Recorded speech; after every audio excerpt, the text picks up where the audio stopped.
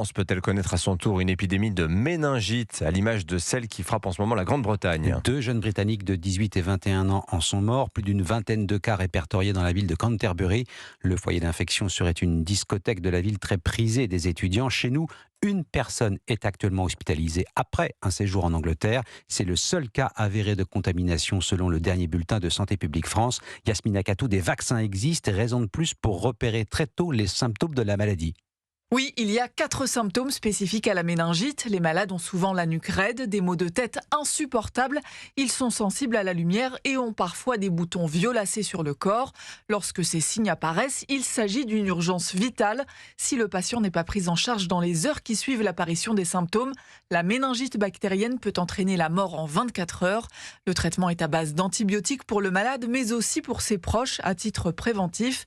Une vaccination peut être prescrite en complément. Le vaccin est d'ailleurs le seul moyen d'éviter cette maladie mortelle dans 10% des cas, qui peut aussi laisser de lourdes séquelles comme la surdité. En France, depuis 1 an, la vaccination contre tous les méningocoques est obligatoire pour les nourrissons.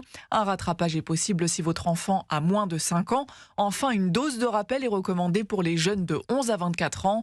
Les adultes sont rarement infectés par les méningocoques et ne sont donc pas concernés par les rappels de vaccins. Yasmina Katou, spécialiste santé à Europe